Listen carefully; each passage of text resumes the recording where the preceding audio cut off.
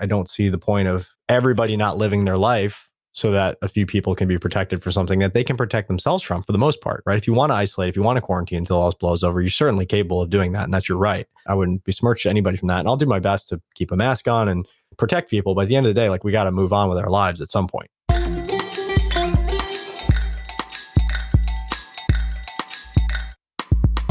Podcast Junkies, episode 235. Welcome back. I'm your host, Harry Duran. Newcomers, this is the show, the one you've been looking for, where I seek out interesting voices in podcasting and get them to kick back their heels and talk about their shows and whatever else is happening in their amazing and interesting lives. Last week, that's exactly what we did with Jordan Gasparet, host of Prognosis Daily, Coronavirus, and Sounds Like Hate, in addition to a slew of other podcasts which he's helped produce. We had a fantastic, friendly conversation about the history of podcasting, about her experiences in journalism, and some tips on how to produce better shows. Make sure you check that one out, episode 234. This episode is brought to you by Focusrite and specifically the Scarlett 2i2 sound card, one of my favorite go-to sound cards, something I use for each and every podcast recording. The 3G line is a go-to for all new podcasters. Find out more at podcastjunkies.com/Focusrite, and the link will be in the show notes as well. This week we have the pleasure of speaking with Brad Hart, host of Make More Marbles. Brad is an author, an entrepreneur, and obviously a podcaster, and he joins the show to discuss his experience helping people build mastermind groups, which increases their income and impact exponentially. With his Make More Marbles show, he features interviews with top entrepreneurs and helps others understand how to harness their creativity by replacing limiting beliefs. We talk about his journey of personal discovery, his unique belief on business and life, and the power of helping others. Lots of takeaways here, as Brad is an accomplished and successful entrepreneur.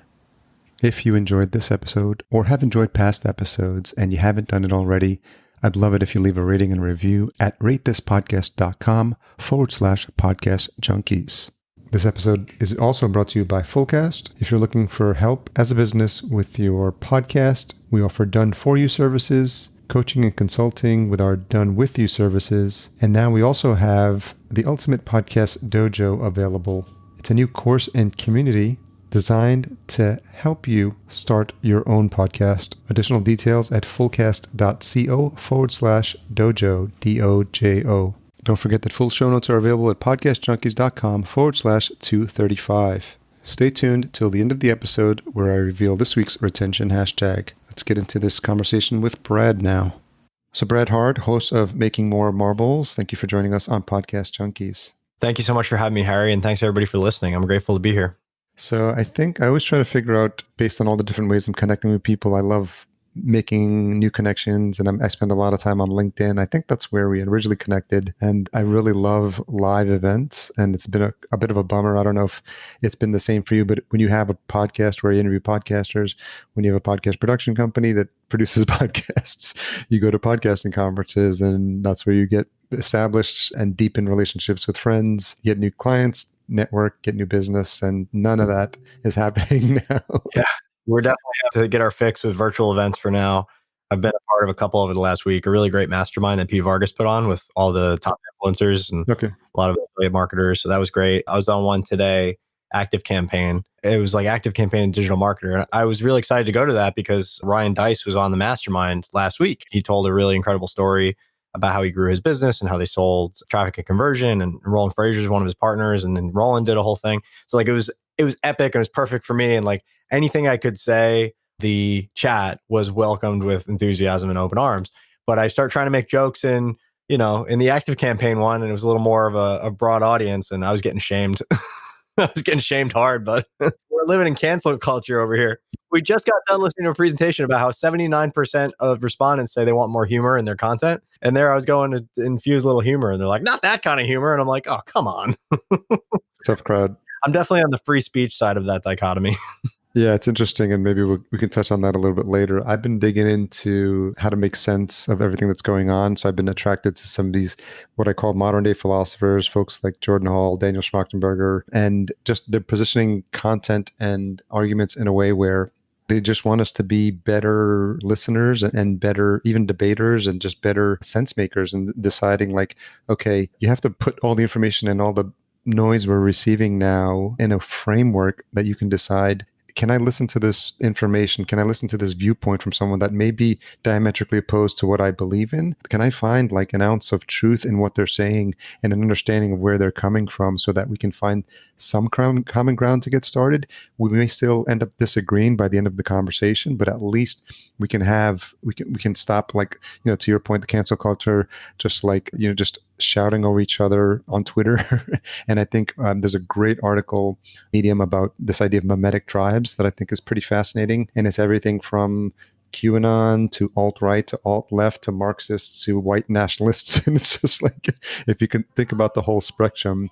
So I'm wondering, since is the case with this podcast, it just goes where it goes. So I'm wondering what your experience has been with what's been happening lately.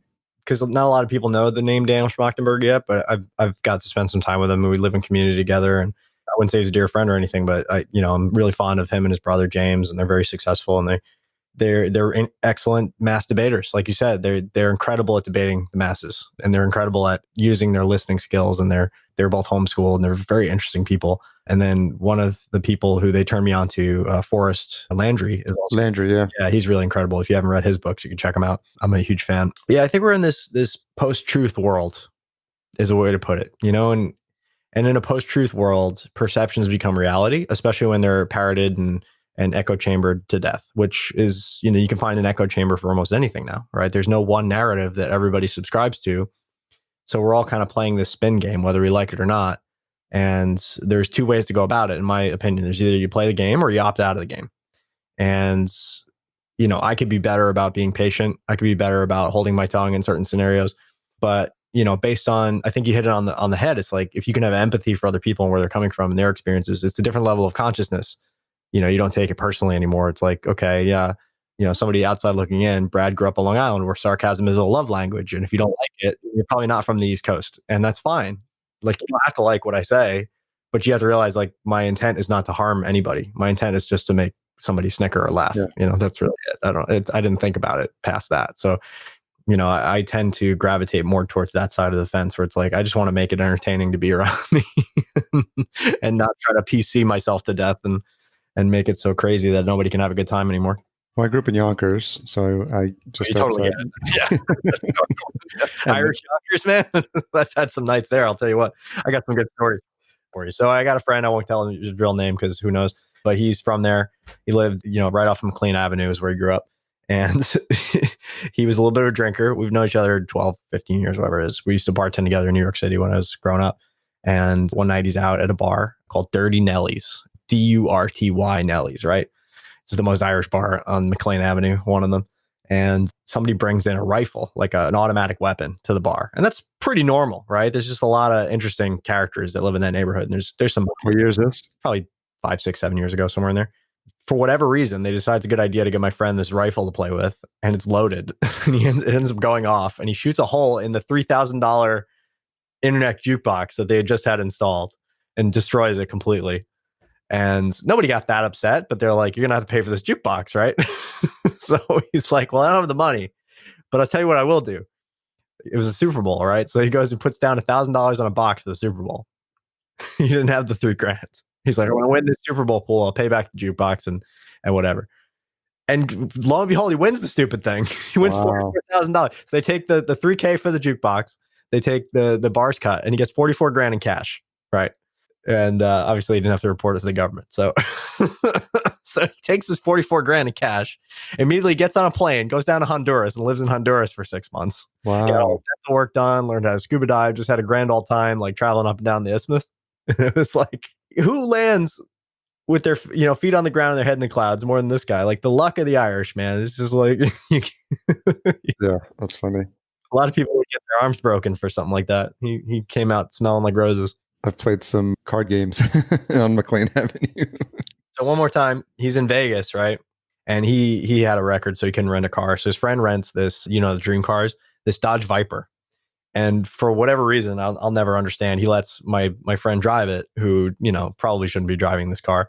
And it's a very powerful car, right? It's 2-wheel drive and it's a manual shift. So he comes around the corner of Flamingo Avenue in second gear and hits the curb and flips the car into the fountains at the Flamingo. Oh, geez. They're dragging him in because they want to, they replace all the fountains, all the glass, everything he destroyed. They want to take their pound of flesh. He drags them to the back room. Somehow they talk their way out of it. But they were like, you're going to pay for all this. He's like, I literally cannot pay for all this. I did more damage than I am capable of paying back. It was in the news. It was a whole thing. So wow. And somehow he landed on his feet. Yeah, I've got a lot more, but I figured we'd make it entertaining for the day. Yeah, growing up in New York was fascinating for a lot of reasons. I'm glad to be gone though, with everything that's going on. I do not want to be there now.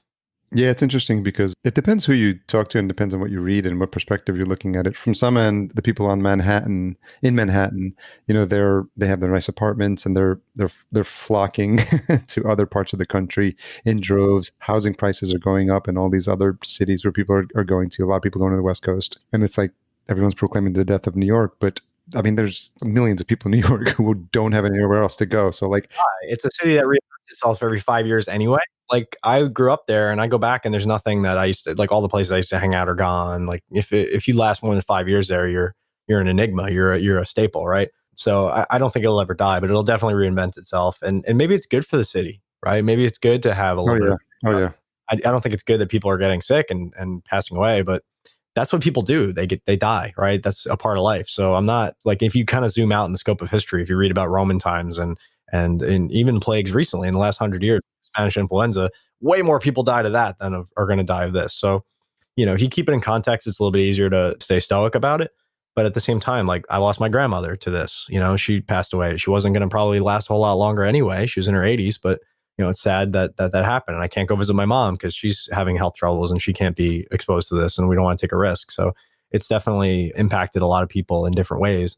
But then again, I don't see the point of everybody not living their life so that a few people can be protected for something that they can protect themselves from for the most part, right? If you want to isolate, if you want to quarantine until all this blows over, you're certainly capable of doing that. And that's your right. I wouldn't besmirch anybody from that. And I'll do my best to keep a mask on and protect people. But at the end of the day, like we got to move on with our lives at some point, we got to decide what we're going to do with this. So it's a hard balance. Again, you got to kind of visit both extremes to find the mean that works for you. I've lived my life very cautiously and I've lived my life very risky, and I'm trying to find that balance. I think everybody needs to find that balance, but I believe that life was meant to be lived, too. I don't think it was meant to, stick yourself in bubble wrap and in a bubble and worry about everything and hope for the best. I think you got to take, fortune favors the bold, and you got to take some risks here and there. Yeah. And there is no one answer fits all, and there's no one solution. And if if your immune system is compromised, then you're going to lean on the side of protecting yourself every single opportunity you get. You should.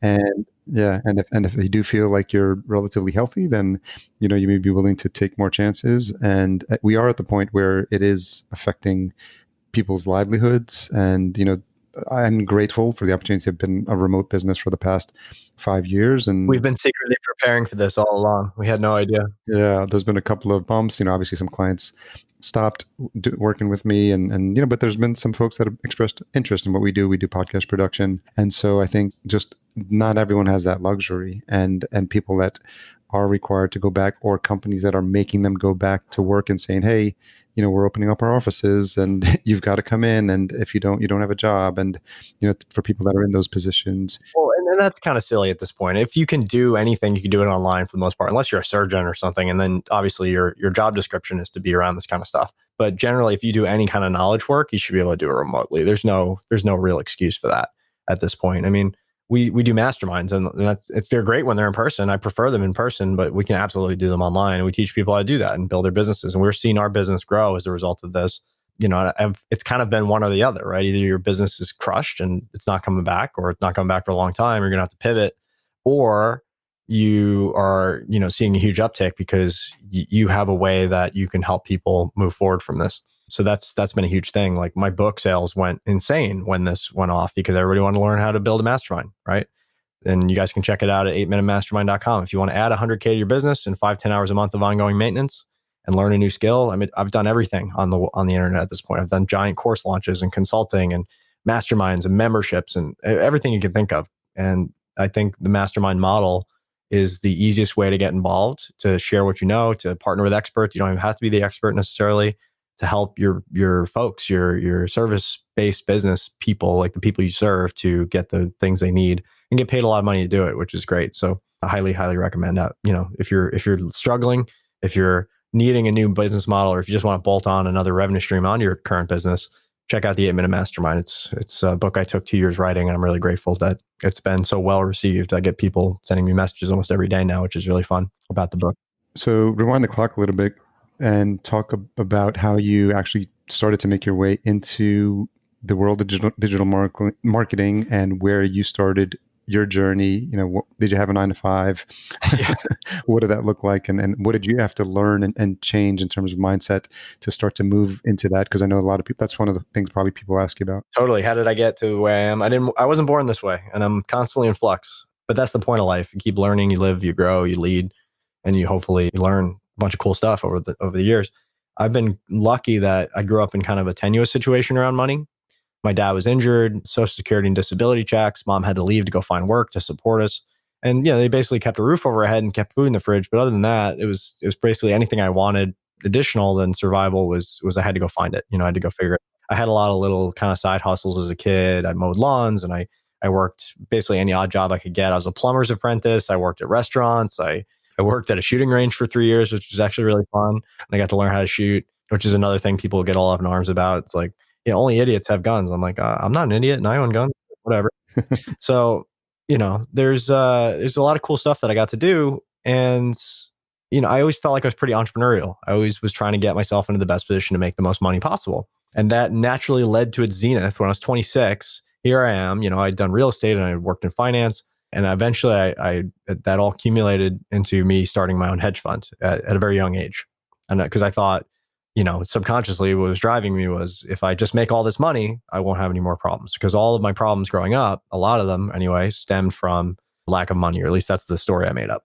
So then all of a sudden, my partners and I made $1 million in a month, $1,040,000 profit in one single month. And I'm like, a fuse blew at that moment where I was like, wait a second, hang on. I just made more money than I ever thought I'd make in the shorter amount of time that I ever thought I'd make it. And here I am. I'm still miserable. I'm still disconnected. I'm still burned out. I'm probably not the person I really want to be. And I don't like the path I'm going down. So I had to make some changes. And I'd already started some personal development. I'd started some masterminds. I'd been a part of one for a couple of years at that point. And I had quit drinking. I was on that. That was cool. And I had stopped gallivanting around at all hours of the night. Because in my early 20s, I was like, working till 4 or 5 in the morning, drinking till 9 in the morning, sleeping till 4 in the afternoon, and then going back and doing it over again for years and years. So it wasn't really conducive to this new lifestyle. And you don't change everything overnight, but you can consistently change things. Like, let's say you did a series of 30-day challenges where you changed one habit that was having a negative impact on your life. And again, I'm not here to judge anybody's habits or values, but if it's not in alignment with what your goals are, like if you want to get to Y and you're at X and there's a distance between X and Y, and you can tell, like, extrapolating your behaviors and your habits and your environment out, is that going to send you on a path to get to that or not? And if it's not, well, then you have to decide, is that really important to you, or is staying the same more important to you? And if it's more important to change, then you got to make those changes. And I like 30-day challenges because you can change one thing about yourself and form a new habit every month. And in 12 months, you've changed 12 things about yourself. And in 3 years, you have 36 new things about yourself. You're a whole different person. Yeah. So it might be something like quitting coffee or quitting drinking or exercising or eating better or whatever. And you just pick one at a time, right? Don't go overboard and try to change everything at once, because you'll just fail, because nobody has the capacity to change everything about themselves overnight. But, it started out with me, losing weight because I was overweight. And it started out with me, picking up running, and I really enjoyed running. And then I, forced myself to go through like a triathlon and a marathon and a couple other things. And I got really in good shape. And I got addicted to feeling the way I felt and not eating the crappy food that I ate, feeling good more at the time than I didn't. And, not being hungover all the time was really great. And I started to love that. And just generally, forming these habits, which now have become the baseline. When you couple that with environment and positive influences from your peer group, I mean, you're an unstoppable machine, right? I'm not saying that it's not perfect, but it's so much easier than having a bunch of druggy, alcoholic friends that pull you down, I like to talk about the quote that I repeat ad nauseum from Jim Rohn: "You are the average of the 5 people you spend the most time with." And it was something that I was conscious of as I was leaving the corporate world and I was trying to get into digital marketing. And I'm like, I don't have any folks who I don't have any friends who have done this, who've successfully built a business, who have built, 6-figure, 7-figure businesses. And, I use the example of Narnia, when you come out of the wardrobe closet and you're just like, whoa, I didn't even, yeah, whole new world. It was crazy. And then just to your point about, these challenges, my partner and I did like a gut cleanse. And one of the things we did is stop drinking. And I'm tracking it now on the app, and I'm 40 days in, and there's something, it's been a while since it's been that long. Humans in America, especially, when was the last time you didn't drink for 30 days? I had to answer that question, honestly. I was 14 when I was like, so now I'm like, that was 12 years later. I was 26. I hadn't not drank in 30 days. I'm like, well, I got to do this, right? It just became duh to me, And I went 30 days and I felt better than I felt in years. And I'm like, this is great. I'm going to keep it going. I kept it going for 18 months. And then I went back to drinking for a little bit, and I hated it again. And I stopped. And that was pretty much it. I went back to it one more time many years later. And then now it's been almost 8 years and I haven't really drank at all. Yeah. And I think when you think about it, you treat it almost with maybe reverence is not the right word, but the appropriate, like if you're going to do it, it's going to be a special occasion. It's going to be like one time, and it's just going to be something that you just realize you don't need for like an extended period of time. Yeah. Or, if you have an addiction or addictive personality, there's different sides of the spectrum, right? I don't believe in labeling yourself as an alcoholic. That doesn't strike me as smart, because our most powerful force is identity, and what you say you are. At least you believe that you are. So I don't believe in that. But I also believe that if you have that tendency and you want to get on a slippery slope, you're going to be right back where you started. So I just don't go there anymore. It's not for me. Plus, I lost my dad to it. I lost my best friend to it. It's not worth it. So as you're going through this discovery journey and figuring out like what you thought was going to be the source of your happiness, starting the hedge fund and making all that money, and then quickly realizing that that's like, in fact, not. I looked over and I'm like, wait, this is the wrong mountain. Sorry. So can you talk a little bit about transition. The transition, who you were starting to surround yourself with, what you started to look, consume, read, and that started to change your perspective? Yeah. So I think it really shifted gears for me, because now I have 3 rules, which are help a lot of people, have a lot of fun, make a lot of money. And those are important rules to have in balance, right? Because if one is not working, then your life is going to be lacking in some respect. It's important to make money, but it's also important to, have a lot of fun in life, right? Because life is meant to be enjoyed. I don't believe that we're here for no reason. I think we're here to enjoy and experience what it is to be a human and progress our soul's journey, if you will, if you believe in that. And then finally, I think the point of us being here is for us to contribute to others and to the world at large, and to leave the world better than we showed up with it being. So the way I stumbled upon that, it was kind of by accident. Somebody told me to go to Tony Robbins, and then they told me again, and they told me again, and they told me again. I'm like, well, I got his book on my shelf. That's good enough, right? I don't have to actually read it, do I? Oh God. So I eventually gave in to all these. I'll tell you exactly what did it for me. He wrote that book on money, and I was a hedge fund guy. And I'm like, oh, what does Tony Robbins know about money? And not just that, he knows a lot of people who are very, very successful with money. So I read this book. I'm like, this is a great book, 700 pages, it's a doorstopper. And I immediately went and made an hour-long presentation for myself and all my clients, kind of summarizing the key points of the book. So I'm like, I'm a finance geek, but nobody's going to read a book this thick on finance for the most part. It's still a great book if you want to read it. It's called Money Master the Game. I highly recommend it. So that was the first foray. And I'm like, this guy's got something on the ball. Let me go to one of his events. So I went to UPW, and I'm standing, in a crowd of like 6,000 people, and they're all jumping up and down and knocking into each other. And it's like a big dance party. I'm like, what the hell did I get myself into? And I just remember there was one woman sitting next to me, and she was staring at the floor, and her energy level was very different than the rest of the crowd. So I just asked her, I'm like, hey, what's up? You okay? She's like, no, I'm not okay. I'm like, what's wrong? She's like, I'm not supposed to be here. I somebody gifted me a ticket. There's no reason I should be here. I can't even feed my kids this month. I shouldn't be here. I should go home. I'm like, okay, I'm sorry that, I can't solve all your problems. I understand your suffering, but your kids are going to starve. Like I can solve that. Like, so I pulled out my phone and I did Amazon Prime Pantry box, and I filled it up with all the non-perishable food I could find that was healthy. And I sent it to her house, and I'm like, hey, if you run out of food or you get stuck with food, just let me know. I'll send you another box. And she said, thank you. And I forgot about it completely, and I went through the event, and we had stayed in touch on Facebook only just to, in case she needed anything, but she never reached out again. A year later, I got a ping on Facebook that she was live, and I was tagged in it, and she's in her car and she's crying her eyes out. And she's like, that was the day it all turned around for me. I was thinking about ending my life at that moment. And this dude that I never met before, fed my family, and it turned everything around for me. And I was like, wow, I forgot about that. That was something that I'm not trying to pretend I'm a saint or anything, but like, I just thought anybody would do that in that situation, is just, help out a little bit. And it had such a profound impact on her. I'm sure Tony and everything she was doing was helpful too. But that was the moment where she said to turn it all around for her. And I was like, wow, if I could do something that meant so little to me and it could make such a difference to her, what else could I do for people? And I just, really held on to how good that felt. And she's doing much better now. We've been in touch a little bit over the last 5 or so years. But what do you think it was? Because that's not something that maybe comes naturally to a lot of people, but I think there's something inherent in either your upbringing, an experience you had growing up, or I'm just curious, what was it about your nature that allowed you to do something like that and have it be just a reflexive action? Yeah, well, I wasn't hurting for money. That was one thing. So it wasn't a financial issue. It was just like, oh, I can help another human being who's genuinely and I normally don't give money to people. Like, I'll give them food. I'm happy to do that. Like, I grew up in New York. There's a homeless person on every street corner, right?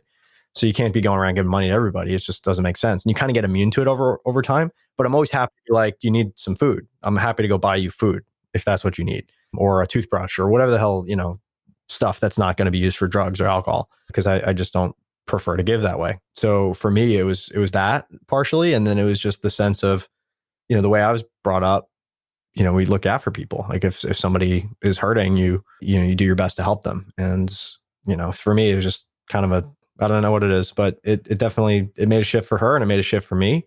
And I got addicted to that giving sensation, right? That sensation of taking my own ego out of the way and taking my own sense of self. And I learned a lot from Tony too. I've been to now 15 of his events. I'm one of his top affiliate partners. We're going to Fiji this year to hang out with him, which is really cool. I'm super grateful and excited to get to spend more time with him. The whole point is, when I first found that world, it was about me and my happiness. That was what I was most focused on. But that's a very limiting paradigm. And anybody who's generated a lot of wealth too will tell you, like, if you're just focused on you, this is what Sarah Blakely told me. She's the founder of Spanx. You'll make like 75 grand a year if you're just focused on you. If it's your family, you'll make like 150 grand a year. If it's your community, maybe you'll get up to 500 grand. But if you want to make millions or billions, you got to have a vision that's that big, that encompasses the needs of that many people. So that really hit me between the eyes. I'm like, she's right. Like, you got to expand out from you, because you're limited, but we are not limited. We are infinite. So if you make your focus global, or at least larger than yourself, you'll not only be able to draw from the resources of all those people and contribute and add more to that bigger pie.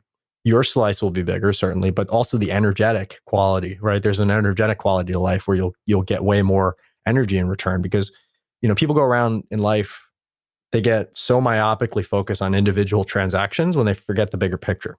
Like, it's not about getting something back in return from the person you helped. That's irrelevant. It's about giving to humanity and getting from humanity, and giving to humanity and getting from humanity. And there's a very clear relationship where the more you give, the more you get. And it tends to be tenfold. And it comes from different directions. It doesn't come from where you put it.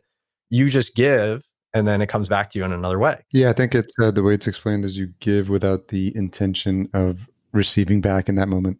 And like, you can track it. It's not like you can linearly follow it and predict it, but you can almost, like, if you start keeping a gratitude journal and writing down all the amazing things that happen to you, and you start to keep a balance sheet, if you're very logical like me, then you'll start to see a correlation. And I've always been that way. I'm a mismatcher. Like, I see something wrong, I want to fix it. I've never been the person who like gets caught up in the trend. That made me a really solid hedge fund manager, because I could always point out what was going to go wrong and manage the risk. What I really had to overcome was my tendency to do that with personal relationships, with people's feelings, with my clients, even like giving them feedback that was not all rosy and flowery. It was more like, hey, this is wrong, this is wrong, this is wrong. They're like, oh, I suck. And I'm like, no, everything else was right. You're paying me to point out what's wrong and help you fix it, So I got to get better about doing that. And I think, part of my nature, the ENTJ Steve Jobs type, is to point out the thing that's wrong. It's the mismatch, right? So when that lady was, dour and looking down and had a problem, I'm like, I can solve that problem, and I fixed it. When most people would have ignored it, I think. Yeah. So you started getting the training, you started working with someone like Tony, and then how did that start to translate in what you were doing, and realizing that you had an ability to either put programs in place that could help people, and then eventually what led into the start of the idea for the podcast? Yeah. So the hedge fund, I wound it down after 2 years. So we had a really big year. We did 106%. And then I wrote everybody a check. I was over it. I left it pretty much alone after that. I still manage my own money, but I don't manage other people's money for the most part. And then I started to transition. I realized like I wanted to learn how to build a business that wasn't tied to my time so much either. And I went into internet marketing thinking it would be pretty easy to be like an affiliate and do all this stuff. And it's not. You got to really work at it to get it good. And I'm only now 6 years in, getting to a place where my team handles more of the stuff than I do.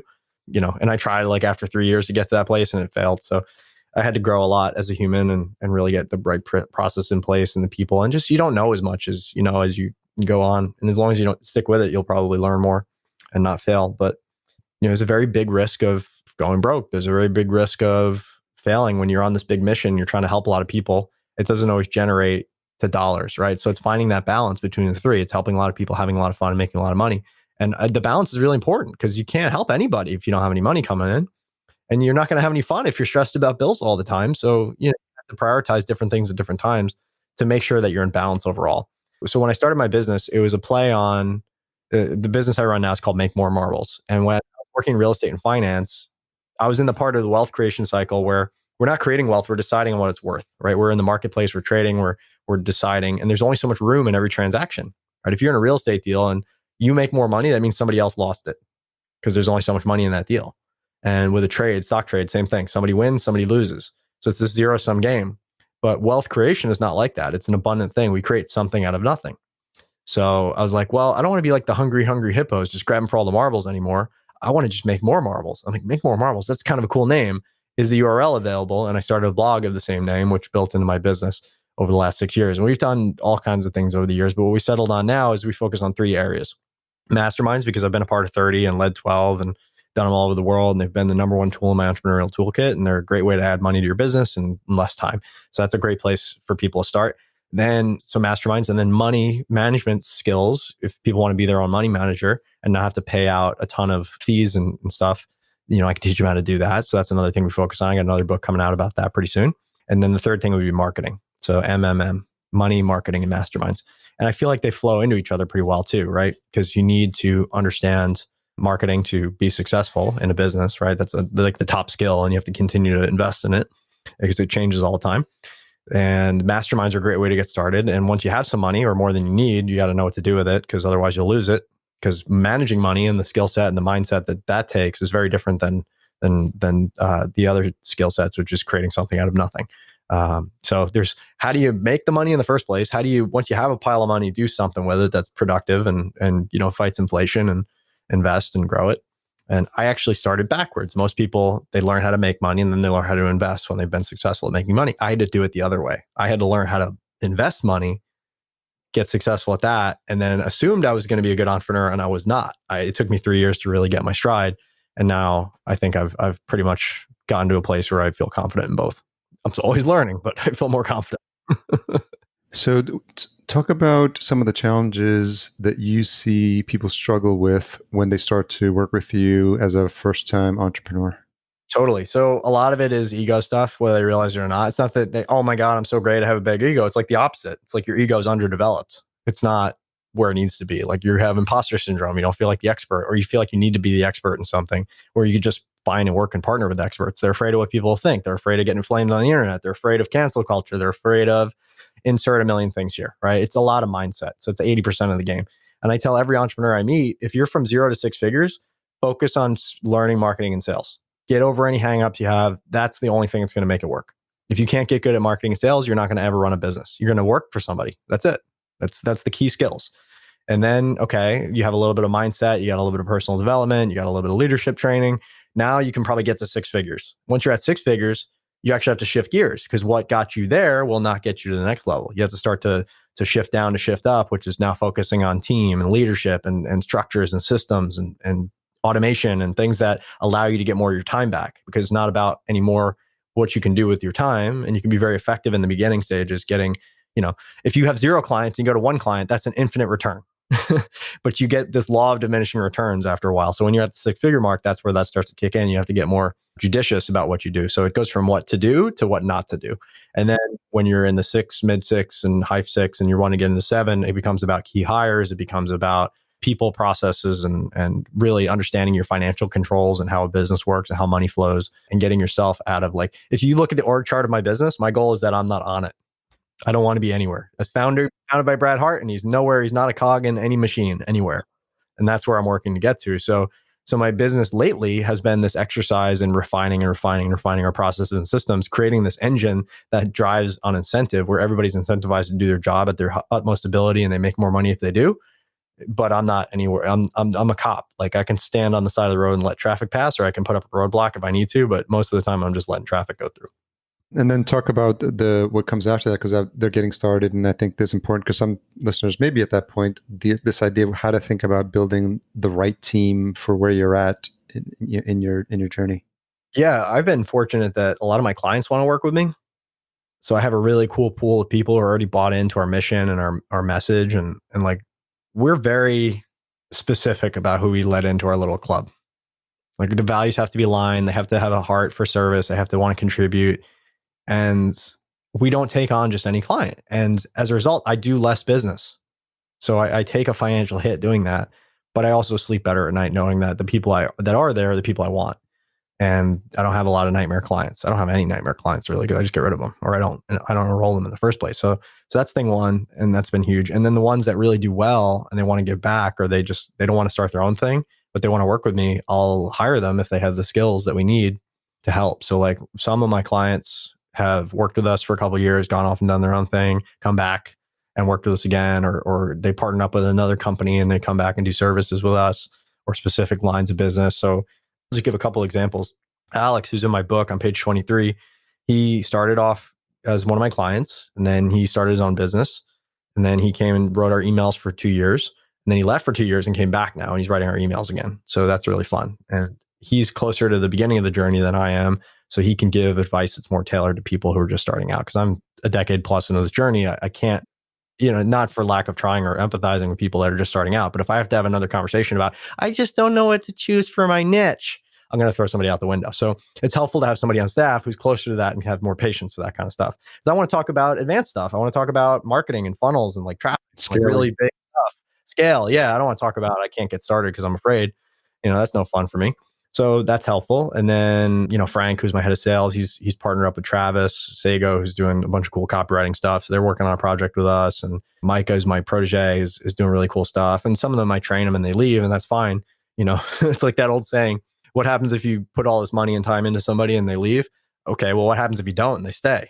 Yeah, it's something that I'm doing a bit of work with Alex Sharfin. I don't know if you remember, you've heard of him. And so one of the things been helping this with the idea of scaling and processes and procedures in place and job requirements and just the Lego blocks that you need in place if you are going to grow.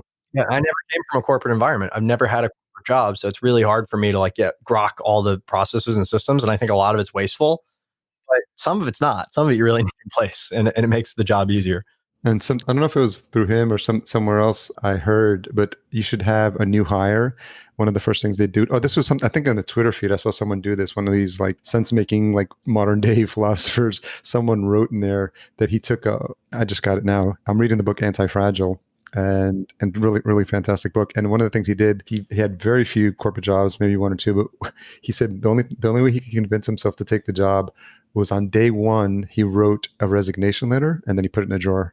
And so he knew exactly rapid fire, just in case. What I thought was interesting about it was what if you had your new hire on their first day, and I actually just am hiring someone, so I'll probably have them do this, but have them write the resignation letter, because it would be fascinating to read, because they're already telling you the reasons why they would be leaving the job.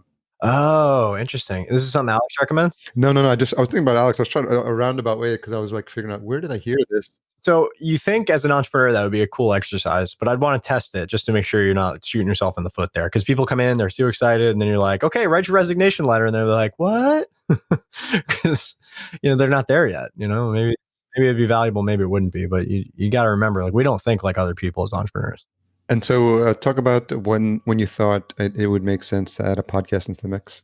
Yeah, so I did 2 podcasts. The first one was an interview series. I did 100 plus episodes, and it was just kind of a test just to see who I could get to. And I had this really young, hungry assistant at the time named Savannah, who went on to work with Traffic and Funnels, a lot of really cool companies. And she worked with me for 2 years. And one of her jobs is to reach out to these insane podcast guests, people we didn't think we could get. And a lot of times I said yes. So that was pretty cool. We had the CEO of Virgin Galactic came on. We had Dr. Gundry come on. We had Alex come on. He was actually my second episode. Tucker Max, like all these really big authors, speakers, entrepreneurs, people that we really wanted to hear from. And we did an interview style. And, some of the episodes got 20,000 plus downloads. Some of them did nothing. But I think overall it was a good exercise. I just got tired of doing all the interviews because every Tuesday I would do 5 or 6 in a row. And I was just so wiped out after that. It just wasn't fun for me. What was the name of that one? It was called the Make More Marbles podcast. So those are still out there. There's a lot of great interviews. They're all interview style. And I think interview style is kind of done to death. I think people have done it forever. And I'm not saying it's going anywhere. It's definitely going to be a baseline staple of podcasting, but I wanted to innovate in some way. So I thought about it. I'm like, well, what would be relevant to what I'm doing now, which is working on masterminds and helping people with masterminds. And I realized it kind of hit me one day that a lot of people get a lot of the value from the mastermind by listening to other people's hot seats and the challenges they have and how they worked it out, because they get insights from, not being on the hot seat themselves, just from kind of being a fly on the wall that they might not have gotten from the questions and challenges that they were posing. So that was one thing that it kept coming up in my brain. So I did test 50 pilot episodes of 8-minute hot seats, hence the 8-minute mastermind, the 8-minute mastermind book and all that. And it was kind of like, it was cool. People listen to them. They think I'm onto something. So I may do another season of that.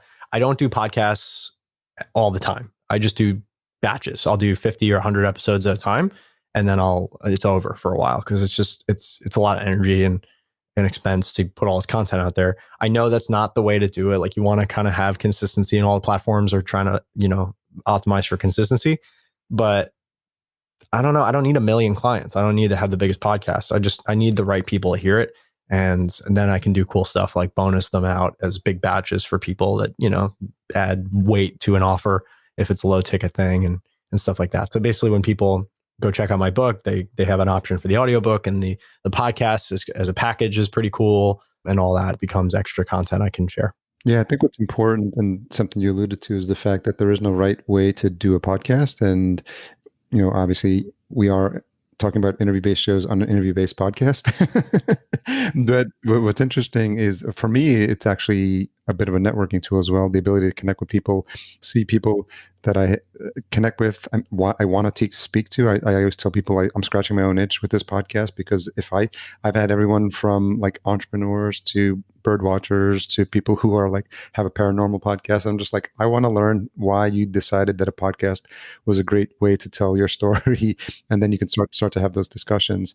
But to your point about format, we have clients that we do limited series where we do an 8-part series, and then that's it, and then they take a break for 2 months. And so I think there is no right or wrong way to have, and the format could be anything from like, the 8-minute format, to 3-hour Joe Rogan style, whatever you think is appropriate. I'm a huge fan of Joe Rogan. I've listened to almost, not all of them certainly, but a heck of a lot of them. And I think, him and Tim Ferriss and a couple others, they've kind of got it nailed. I don't think there's anywhere to go from there. And if you want to innovate, you got to think differently. Yeah, and what's interesting, kind of circling back to what we were talking about in the beginning about having these discussions with these new philosophers, this idea of this fracturing of all these conversations happening. One of the topics they've talked about was this idea of a mimetic mediator, someone who can like move in between these different fractured tribes and say, hey, can we find a common ground? And one of the things they're suggesting is the fact that maybe a 2 or 3 hour format would be something that would lend itself well to just kind of hashing out these ideas. So it'd be interesting to see where that ends up.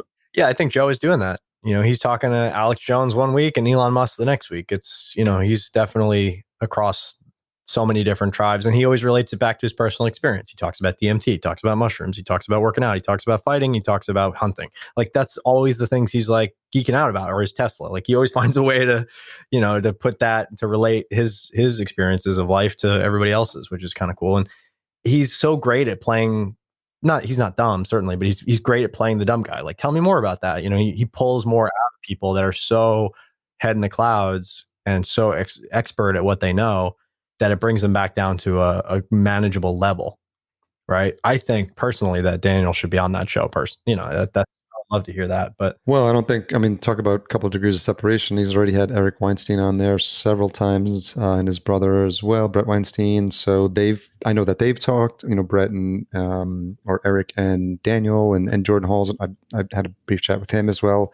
Just people who's like fascinating in terms of like thinking about how their brain works and their ability to articulate complex topics into something that's... Yeah, talking to Daniel one-on-one for 2 hours is like frying your brain in a frying pan. It's like, this is your brain on Daniel. He's one of the smartest people I've ever met. Oh, yeah. And the fact that people like that exist and can talk through what's happening from an evolutionary lens, because I think you talked about what's happening and people are freaking out about the decline of civilizations. I mean, civilizations rise and fall. And if you read... We're living through one right now. America's on its way out if we keep up. I mean, it's not unsalvageable at this point, but it's pretty screwed if we keep on this track.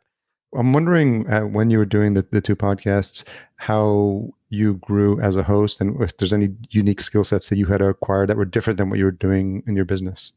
Yeah, so I tried to make it very much about the guests, and I would only add things when I thought they're relevant. But I also wasn't listening to a lot of podcasts. I was just kind of doing it on my own. Like if I had listened to more Joe Rogan before that, now I listen to a lot, I probably would have had it be more conversational and more open and more fun. It was all very consistent, same questions, to different people. And I would only really err on the side of a different question if I thought I could get a better answer. So I think my skills as an interviewer would have probably been better nowadays. But again, this is, you only know what you know at the time you know it. And then additionally, I think I would have really made an effort to market it more.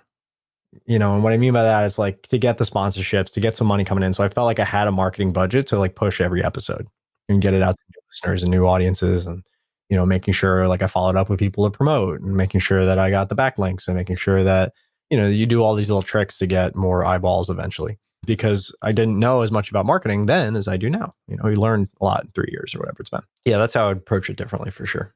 So I'm curious, with all the people that you had the opportunity to work with, if there's any that you haven't mentioned that stand out as someone you would consider a mentor and someone that you've learned a lot from. Yeah, I learned a ton from all the people in my industry, honestly. Like this mastermind that Pete Vargas put on last week with, I don't know, 150 influencers. Somehow I made the list. I'm just grateful that I was in the room because I'm like, oh, I know everybody here. This is pretty cool. Or at least I know of them, right? So all the big wig, heavy hitter internet marketer types were all there, and got to learn a ton just from being around them and how they ask questions and how they think about things and what their struggles are and, what challenges they're doing. And I got to have a great dinner with one of them on Sunday who just happened to be in town, and he's been in the business for 20 plus years. And, his problems are like, well, I've got my wife and kids live here and I'm in Puerto Rico to save on money and and like figuring out, lifestyle stuff. It's not so much about the business, which is run by 50 employees at this point. He's not really that involved. It's more about, that stage of life. And he's only 10 years older than me. So like, I'm just thinking like, wow, how much things could change in 10 years if I stay on this path where, I'm making $1 million decisions in my bathrobe in my skyscraper penthouse, It's like, okay, not that that's what I need or want, but it's like, it's cool that there's a trajectory here, there's a path. And, it's exponential. That's what people don't realize when they're starting out. You're always making 1% gains. If you're on the ball, if you're putting momentum forward, you're making 1% gains. And 1% in the beginning of an exponential curve is nothing. Like it's nothing for a long time, for years. But all of a sudden you start to hockey stick and 1% becomes a lot. And 1% gains to Tony Robbins are happening daily, and they're huge versus somebody who's just starting out. So if you stick on the path for a few decades, you'll see some incredible results. But if you give up, then who knows what could have been. And I'd rather live with the chance and the risk of failure and continue to grow and learn and be challenged than the certainty of if I quit, then nothing happens. And I live with that regret. Yeah, that's really important. A couple of questions as we wrap up. What's something you've changed your mind about recently? Apologizing. I tend not to apologize. I don't know why. I don't know if it's because I'm stubborn. I don't know if it's because I don't know. It's like I have a weird hang up about it. And I'm okay with like saying sorry about small things, but for like big things that I feel really certain about, even if I know I'm right, I really feel like I should just apologize and get it over with. That's one thing for sure. So maybe there's somebody out there struggling with that can relate. Because I think long and hard about things, and I tend to have pretty well-formed opinions that are based on a lot of different factual data. So when I dig in on something, there's a reason. Otherwise, I don't dig in at all. I just let it go. But when I'm like sure about something and I really put a case for it and then it ends up harming relationship, I'd rather be right than fix the relationship. And I think I just need to let go of that. That's not helping. Yeah, or find a middle ground. I think it keeps circling back to this being able to disagree without being disagreeable. There's something interesting in this, folks, that I'm following, this idea called the Omega Rule. It's essentially some ground rules where you decide, like, we're going to talk about a topic that we're probably not on the same page with, but we need to have ground rules so that we can, decide that how to have a discussion and move it forward. And like I said, I touched upon it at the beginning, just agree that we can talk about a topic without it blowing up. Yeah. And I don't get argumentative with people. It's just a matter of, I am who I am at this point. You know, I know what I believe in. I know what my values are, and I know why they are. So when I see people that like obviously just haven't done the work as far as their own personal development, their own growth, their own just relation to science and mathematics and reality, it's just like you don't have the bandwidth to have this opinion formed, and you're wrong, and here's why. And then, you know, I don't feel a need to apologize for that, and it hurts their feelings sometimes. So maybe I'll just get over it. What's the most misunderstood thing about you? The mismatcher thing. I have to really watch that because most people aren't like that. I'm always seeing what's wrong, not what's right. So I have to, for my own sake and other people's, I have to tone that down a lot. And I'm realizing that's actually harmed a lot of relationships over the years that I didn't know that about myself until maybe 2 years ago.